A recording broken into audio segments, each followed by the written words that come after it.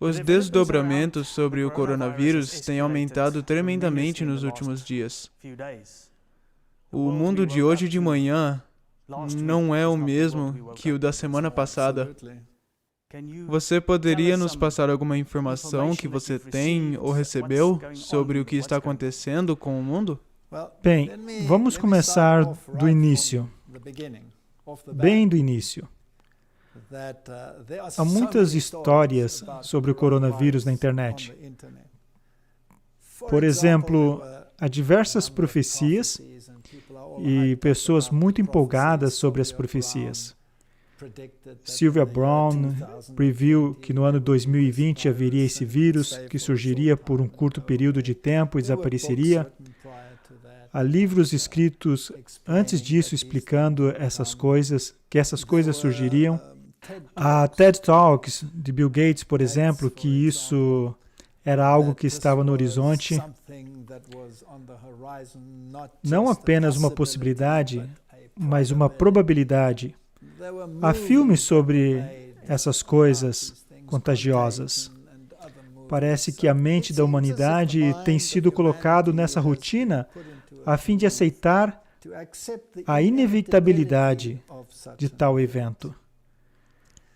Permita-me falar logo de cara. Isso não é um programa que vamos discutir essas teorias, ou entrar em teorias da conspiração a respeito dessa questão. Não vamos tratar de discutir se essas coisas são ou não são legítimas. Se errarmos, temos que errar do lado da precaução, ou seja, aceitarmos que as informações que temos é genuína até certo ponto. Chegamos até apoiar a legislação em curso e tentamos ser cidadãos responsáveis. Então isso precisa ser dito logo de cara. É claro que, se for passada alguma lei contrária à lei de Deus, a situação muda de figura. Hoje não quero falar necessariamente sobre a legitimidade. Vamos mencionar uma ou duas coisas. Falaremos sobre o fato de isso ser uma crise, mas quero falar mais sobre o resultado. Para onde tudo isso está nos levando? Qual é o resultado possível ou provável? Precisamos de informações confiáveis sobre isso. Tem havido diversos desdobramentos e escalações. Por exemplo, o governo alemão anunciou grandes escalações com relação a restrições e a liberdade de associação. Tudo isso.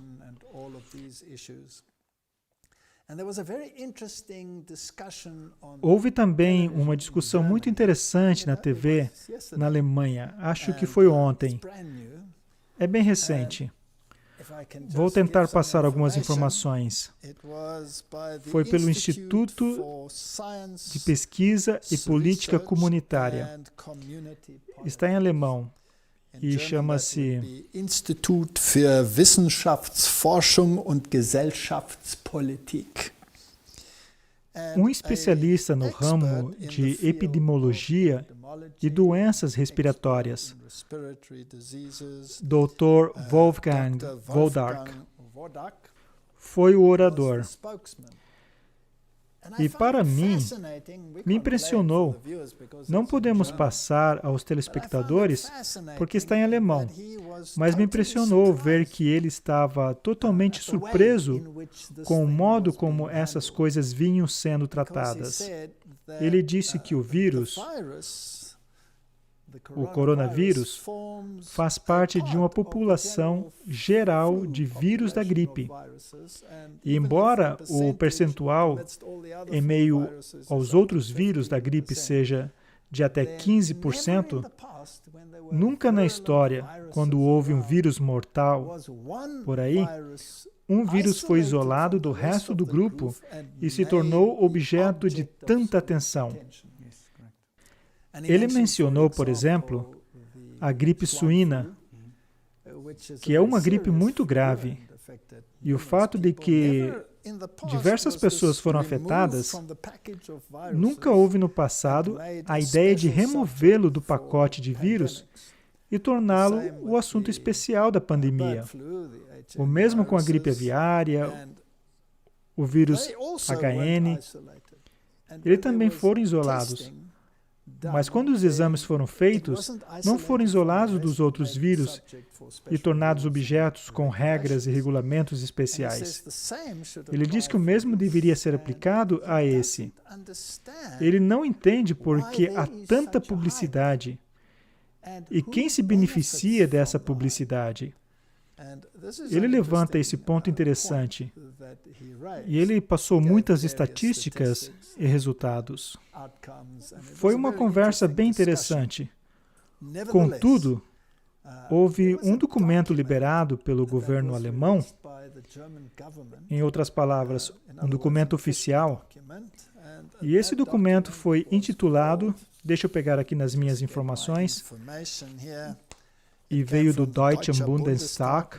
Em outras palavras, esse é um documento oficial, é um Drucksache 17, ou seja, comunicado à imprensa 17/12051, lançado em 2013, baseado em pesquisas no ramo de possíveis epidemias e catástrofes. E como o Estado deveria responder a isso?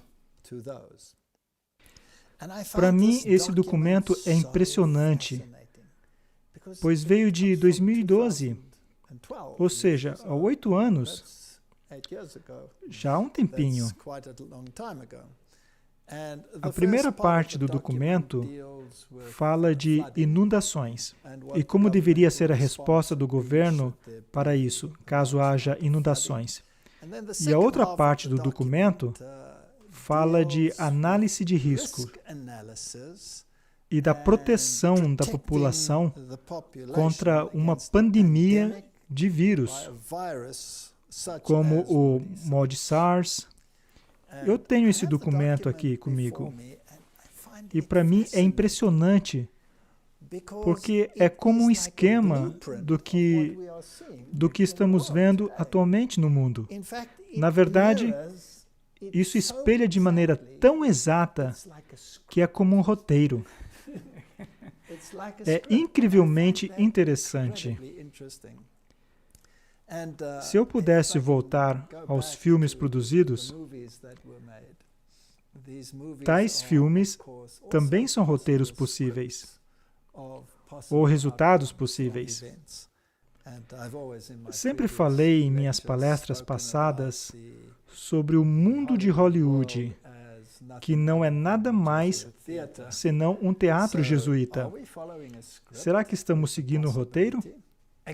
É uma possibilidade. Mais uma vez eu quero reiterar, não se trata de isso ser ou não real, mas do possível resultado acerca das ramificações proféticas de tal surto. Quando eu analiso este documento, lembre-se, é de 2012, já faz um bom tempo.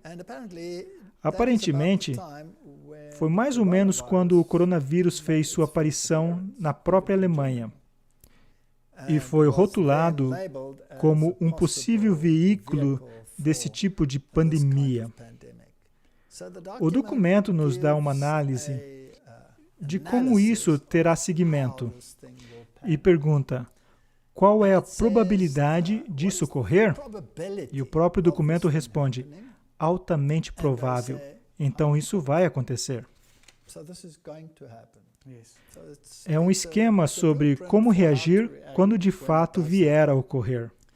Tem uma tabela logo no início onde analisam as ramificações e danos causados por um surto assim. Mais adiante, no documento, eles apresentam os números envolvidos. Ora, Angela Merkel recentemente fez um anúncio público com uma aparência bastante séria, onde disse que até 70% das pessoas poderiam ser infectadas com esse vírus. Também fizeram a mesma pergunta para esse Dr. Wolfgang Wodarch. E quanto às ramificações? E todas essas pessoas afetadas? E ele disse, sabe, se analisarmos uma epidemia, ou até mesmo um cenário comum de gripe, onde as pessoas ficam gripadas, e num dado período de tempo, pode chegar até 70% da população com gripe. Se você perguntar a alguém, você ficou gripado ano passado? A maioria das pessoas dirá que sim. E outras dirão que não. Eu me livrei da gripe esse ano, mas a maioria dirá que teve a gripe pelo menos uma vez. Ora, se alguns escaparam, 70% com gripe não é algo extraordinário. Mas se não há prova direta quanto a qual vírus causou essa gripe, tudo fica misturado nesse grande amontoado conhecido como gripe. Se você tem uma publicidade assim, então todo mundo passa a conhecer o vírus. Me impressionou ver que os Estados Unidos têm um artigo no qual o Dr. Mark Siegel disse: isso é muito estranho, pois ele tem todas essas pessoas, mas em primeiro lugar, ele não pode ir vê-las, porque elas estão infectadas. Então, basicamente, deve-se entrevistá-las por telefone, para saber do que se trata. E os kits de testes não estão à disposição da população para saber a qual vírus estão sendo realizados testes. Então, a maioria das pessoas não estão sendo testadas de fato, pois não há kits de testes disponíveis. Ora, não se vê essas pessoas. Elas estão em casa e não são testadas. Elas têm os sintomas, mas não se sabe se seriam apenas sintomas normais associados a uma gripe comum ou não. Nem os laboratórios vão testar. Claro, pois poderia colocá-los em risco de infecção. Isso é bem estranho. Se voltarmos a essa representação gráfica quanto aos efeitos disso tudo, ela está dividida em categorias.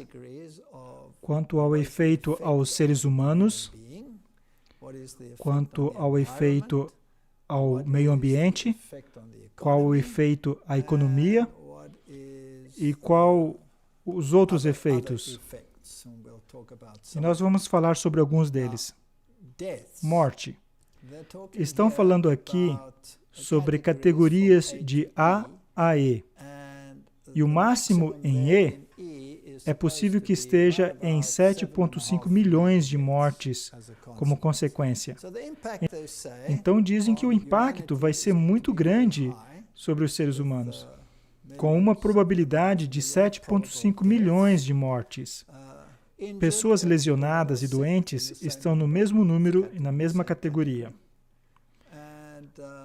Aquele que precisa de ajuda, mais uma vez, estamos falando de milhões. E agora uma categoria bem interessante, pessoas desaparecidas. Trata-se de um número relativamente alto.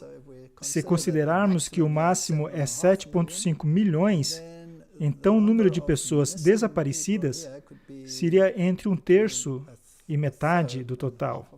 É um número bastante alto de pessoas desaparecidas. Eles explicam dizendo que talvez tiveram que viajar e não voltaram, ou sei lá, simplesmente desapareceram. Quanto ao impacto ao meio ambiente, danos a certas áreas do meio ambiente, danos a certas áreas do meio ambiente, como construções, lençóis subterrâneos ou superfícies úteis, zero dano. Quanto ao reino animal,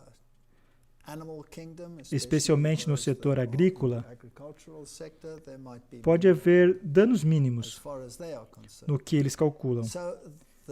Então, os danos se relacionam mesmo aos seres humanos.